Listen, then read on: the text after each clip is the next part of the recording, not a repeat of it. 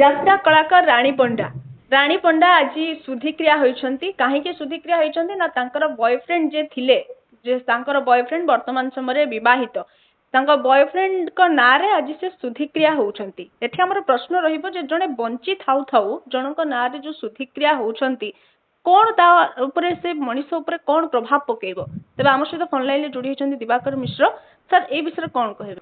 ଦେଖନ୍ତୁ, ଶୁଦ୍ଧିକ୍ରିୟା ଆମର ସନାତନ ସଂସ୍କୃତି ବା ହିନ୍ଦୁ ସଂସ୍କୃତିରେ ଆଜ୍ଞା ମରିଗଲା ପରେ ହୁଏ। ମୃତ୍ୟୁ ପରେ ଯେତେବେଳେ ତାର ଶରୀର ନଷ୍ଟ ହେଇଯାଏ ତାପରେ ତାର ବାସନାମୟ ଶରୀରକୁ ଶାନ୍ତି କରିବା ପାଇଁକି ଏବଂ ସଦା ସମ୍ବନ୍ଧୀ ଯୋଉମାନେ ଅଛନ୍ତି ସେମାନଙ୍କ ଠାରୁ କିପରି ଭାବରେ ଆଟାଚମେଣ୍ଟ ବା ମୋହକୁ ଦୂର କରିବା ପାଇଁକି ଆମେ ବିଭିନ୍ନ କର୍ମକାଣ୍ଡ ମାଧ୍ୟମରେ 12 ଦିନ 14 ଦିନ ବା ଯେକୌଣସି ଯାହାର କୌଳିକ ପ୍ରଥା ଯୋଉ ଲୋକାଚାର ମତ ଅଛି ସେଇ ହିସାବରେ କରାଯାଏ। ହଁ ସେଇ ତ ମଣିଷ ଗୋଟେ ମଣିଷ ମୃତ୍ୟୁବରଣ କଲା ପରେ ଏଇ ସବୁ ଆମର ପ୍ରକ୍ରିୟା ଥାଏ। କିନ୍ତୁ ଆଉ ଗୋଟେ ଅଛି ଯେ ଯୋଉମାନେ ଧର ସନ୍ନ୍ୟାସ ନିଅନ୍ତି, ସନ୍ନ୍ୟାସ ଧର୍ମରେ ଅଛି ସେମାନେ ନିଜର ପିଣ୍ଡ ଦାନ କରି ପଳାନ୍ତି, ଅର୍ଥାତ୍ ସେ ତାଙ୍କର ଘରର ମୋହକୁ ଆଟାଚମେଣ୍ଟକୁ ଛାଡିକିରି ସିଏ ଯେତେବେଳେ ପଳାନ୍ତି ସେ ଆଉ ଘରକୁ ଫେରନ୍ତି ନାହିଁ। ସେମାନେ କହନ୍ତି ତାଙ୍କର ଗୋଟେ ପରମ୍ପରା ରହିଛି ସନ୍ନ୍ୟାସ ପରମ୍ପରାରେ।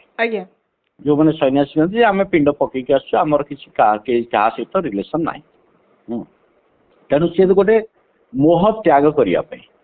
ତେଣୁ ଏଇ ଯୋଉ ପ୍ରଶ୍ନ ବର୍ତ୍ତମାନ ଆପଣଙ୍କର ଅଛି ଯେ ରାନୀ ପଣ୍ଡାର ଗୋଟେ ମୋହ ଥିଲା ଯେ ତାର ବୟଫ୍ରେଣ୍ଡ ସହିତ, କିନ୍ତୁ ବୟଫ୍ରେଣ୍ଡ ଯେତେବେଳେ ତାକୁ ଛାଡି ଦେଇଛି, ଅର୍ଥାତ୍ ବୟଫ୍ରେଣ୍ଡ ଯେତେବେଳେ ରାନୀ ପଣ୍ଡାର ମୋହକୁ ଛାଡି ଦେଇଛି, ତେଣୁ ରାନୀ ପଣ୍ଡା ଏପର୍ଯ୍ୟନ୍ତ କିଛି ଭୁଲି ପାରୁନାହାନ୍ତି।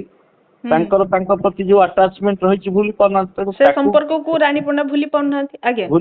ତେଣୁ ନ ଭୁଲି ପାରିବା ଦ୍ଵାରା ସେ ଶୁଦ୍ଧିକ୍ରିୟା କରୁଛନ୍ତି। କିନ୍ତୁ ଗୋଟେ ଆମର ଏଇ ଉପରେ ଗୋଟେ ଇଏ ହଉଛି ଗୋଟେ ଏପରି ଭାବରେ କାର୍ଯ୍ୟ ଯୋଉଟା ଶୁଦ୍ଧିକ୍ରିୟା ଯଦି ସେଇଭଳି ଭାବରେ କରାଯାଏ, ଆମର ଗୋଟେ ତାନ୍ତ୍ରିକ ପଦ୍ଧତି ଅଛି। ଯଦି ଏମିତି ଶୁଦ୍ଧିକ୍ରିୟା କଲେ କଣ ସେଟା ଗୋଟେ ବ୍ୟାଡ୍ ଏଫେକ୍ଟ ପଡାଏ। ଯଦି ଶୁଦ୍ଧିକ୍ରିୟା ସେମିତି କରୁଥିବେ ଯେ ମୁଁ ଶ୍ରାଦ୍ଧ କରିଦେଲି ତା ନାଁରେ ଇଏ କରିଦେଲି ସେଟା ଅଲଗା କଥା। କିନ୍ତୁ ଆମର ଯଦି ପ୍ରପରଲି କୌଣସି ଜୀବନ୍ତ ଅବସ୍ଥାରେ କୌଣସି ଲୋକ ଯିଏ ଯଦି ଶ୍ମଶାନରେ ଯାଇ ବା ସେ ଯୋଉ ନଦୀ କୂଳରେ ବା ପାଣି କୂଳରେ ତୁଠରେ ଯାଇ ଯଦି ତାର ପିତୁଳା ତିଆରି କରି ସେ ପିତୁଳାରେ ପଣା ଆଦି ଦେଇ ଯୋଉଭଳି ଭାବରେ କ୍ରିୟା କର୍ମକାଣ୍ଡ ଅଛି, ଯଦି ପ୍ରଥମରୁ ନେଇକରି 10ମ ପର୍ଯ୍ୟନ୍ତ କରି ତାର କ୍ରିୟା ଉପରେ ବା ତା ଶରୀର ଉପରେ ଆଘାତ ଯୋଉଠି ଦବ, ଏଟା ଗୋଟେ ତାନ୍ତ୍ରିକ ପଦ୍ଧତି ଅଛି। ଏଟା ଗୋଟେ ସୂକ୍ଷ୍ମ ଭାବରେ ପ୍ରଭାବ କରେ ଏବଂ ଅପୋଜିସନ ଟାକୁ ସେ ନଷ୍ଟ କରିଦିଏ। ମାନେ କଣ ଯାହାଙ୍କ ନାଁରେ ଆମେ ଶୁଦ୍ଧିକ୍ରିୟା ହଉଛନ୍ତି ତାଙ୍କ ଉପରେ ପ୍ରଭାବ ପଡିବ?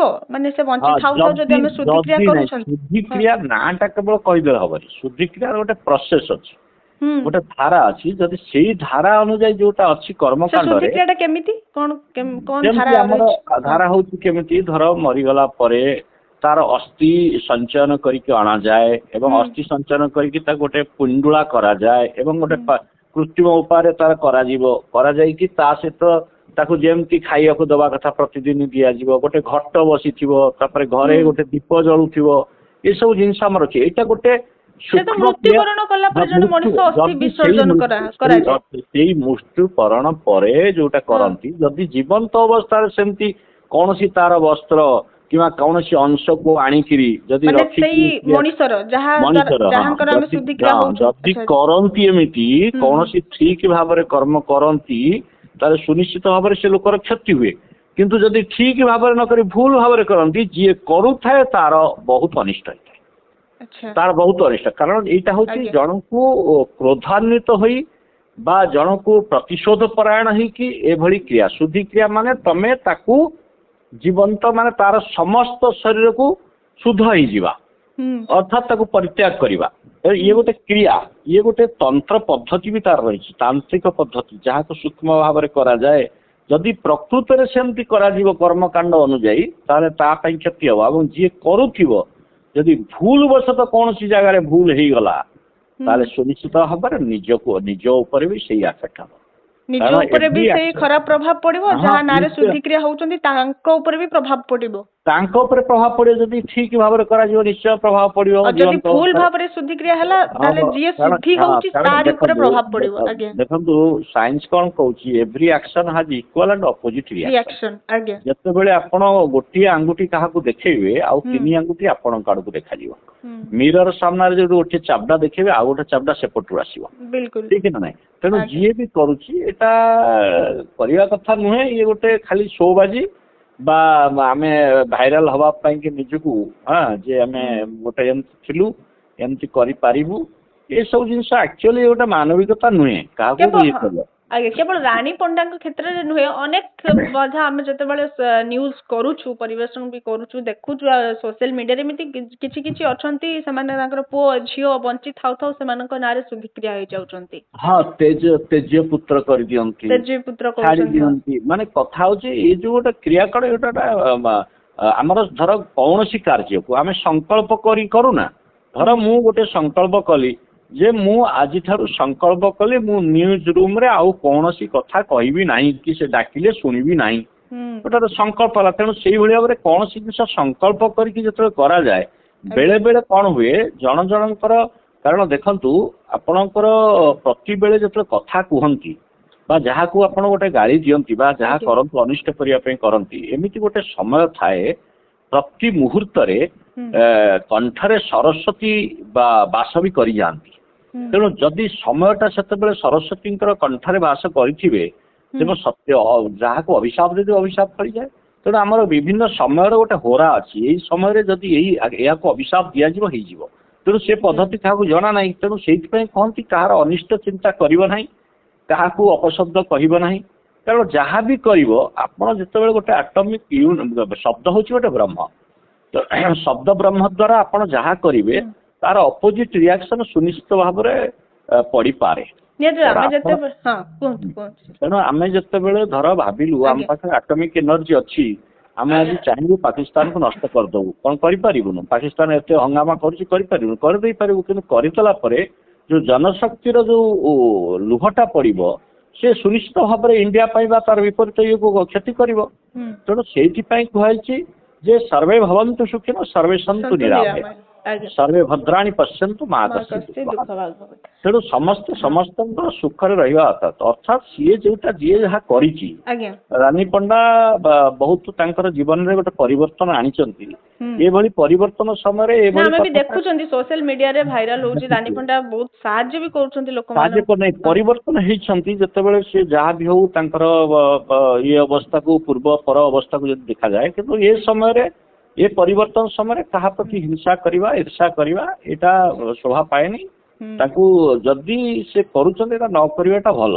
ତେବେ କୁହାଯାଏ ଆମ ସନାତନ ଧର୍ମରେ ଯିଏ ମରି ଯାଉଛନ୍ତି, ମୃତ୍ୟୁବରଣ କରୁଛନ୍ତି ଯୋଉ ମଣିଷ, ତାଙ୍କୁ ଆମେ ଶୁଦ୍ଧିକ୍ରିୟା ଆମେ ହୁଅନ୍ତି, ଅସ୍ଥି ବିସର୍ଜନ କରନ୍ତି। ଏବେ ଯୋଉ ବଞ୍ଚି ଥାଉ ଥାଉ ସେମାନେ ଶୁଦ୍ଧିକ୍ରିୟା ହଉଛନ୍ତି, ଏଇଟା କ'ଣ ସନାତନ ଧର୍ମରେ ଅଛି ନା ଏଇ ଲୋକମାନେ ତାଙ୍କୁ ଏଇ ଲୋକମାନେ ହିଁ ଗୋଟେ ତିଆରି କରୁଛନ୍ତି? ଏଇ ସବୁ ଗୋଟେ ତିଆରି କରୁଛନ୍ତି। ଧର ଆମେ ଗୋଟେ କରୁଛୁ, ଆଜି ଆମେ ବର୍ତ୍ତମାନ ଆମର ପ୍ରଧାନମନ୍ତ୍ରୀ ଅଛନ୍ତି, ତାଙ୍କ କୁଶ ପୁତ୍ତଳିକା ଦାହ କରୁଛୁ, କି ଆମେ କୁଶ ପୁତ୍ତଳିକା ଦାହ କରିବାର ଅର୍ଥ କ'ଣ? ଦେଖନ୍ତୁ କୌଣସି ରାଜାଙ୍କୁ ଯେତେବେଳେ ଆପଣ ରାଜାଙ୍କୁ କେବେ ମାରିପାରିବେନି, ରାଜା କରୁଛନ୍ତି ନା। ଯେତେବେଳେ ଆପଣ ଗୋଟେ ମହାଭାରତର ଗୋଟେ ମୀମାଂସା ଅଛି, ଯେତେବେଳେ ଆପଣ ଦେଖିଥିବେ ଅଭିମନ୍ୟୁକୁ ସମସ୍ତେ ଘେରିକି ମାରି ସାରିଲେ, ସେତେବେଳେ କୃଷ୍ଣ ଆଉ ଅର୍ଜୁନ ସେଠି ନଥିଲେ। ସିଏ ଯଦି ଚାହାନ୍ତେ ତାହେଲେ ସେ ଅଭିମନ୍ୟୁ ବଞ୍ଚି ଯାଇଥାନ୍ତା। ସିଏ ଯେତେବେଳେ ଫେରିକି ଆସି ଦେଖନ୍ତି, କାରଣ ଅଭିମନ୍ୟୁ ନ ମରିଥିଲେ ମହାଭାରତ ହେଇପାରିନଥାନ୍ତା। ତେଣୁ ଭଗବାନ କୃଷ୍ଣଙ୍କର ଚକ୍ରାନ୍ତ ଥିଲା ଇଏ ଯେ ଏଇଟା ମହାଭାରତ ଦରକାର, କାରଣ ଧର୍ମ ସଂସ୍ଥାପନା ପାଇଁ। ସେ ଯେତେବେଳେ ଫେରିକି ଆସିଲେ, ସେତିକିବେଳେ ଅର୍ଜୁନକୁ ଚାହିଁକି ଯୁଧିଷ୍ଠିର ନିଜେ ଧର୍ମାବତାର କହୁଛନ୍ତି, ଦେଖ ଅର୍ଜୁନ, ତୁ ଥିଲେ ଆଜି ଏପରି ହେଇପାରିନଥାନ୍ତା, କିନ୍ତୁ ଏଭଳି ପୁଅକୁ ମାରିଦେଲେ ସେମାନେ ସମସ୍ତେ ହତ୍ୟା କଲେ। ତେଣୁ ଠିକ ତୋ ଗାଣ୍ଡିବକୁ ଠିକ। ତେଣୁ ସାଙ୍ଗେ ସାଙ୍ଗେ ଅର୍ଜୁନ କ'ଣ କଲେ, କହିଲେ ମତେ ତୁ ନିନ୍ଦା କରିପାରିବୁ, କିନ୍ତୁ ମୋର ଗାଣ୍ଡିବକୁ ଯିଏ ନିନ୍ଦା କରିବ ମୁଁ ତାକୁ ଛାଡ଼ିବିନି। ସେ ସେଇଠି ତାଙ୍କ ଗାଣ୍ଡିବକୁ ଉଠେଇଥିଲେ, ଅସ୍ତ୍ର ଉଠେଇଥିଲେ।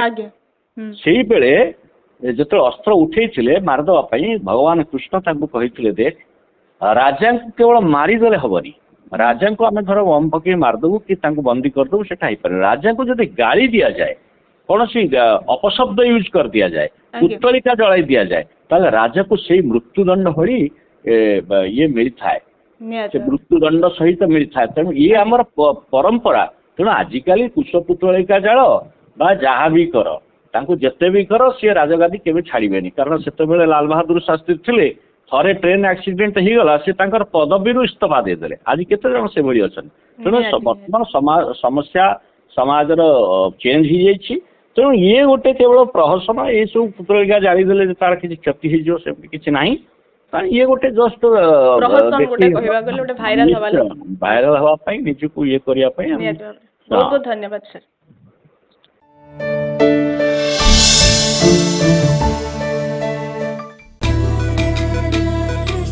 चिकालिका बम्बालिका चिकी बम्बा आम धान आम खेत बा बा कि खुशी म बोतल खुशी आनिचिलो साबी प्रति 1 केजी बिहन रे 5 मिली रे इफको नानो डीएपी तरल पके बिहन उपचार करिवि कले धान कपा मका हो पनी परिबा गजा बाहरिबो दमदारिया चेर कांड पत्र शीघ्र बढ़िबो देखिबु अमल केमिति हबो। इफको नानो डीएपी तरल सार चाषी भाई मने प्रयोग कर।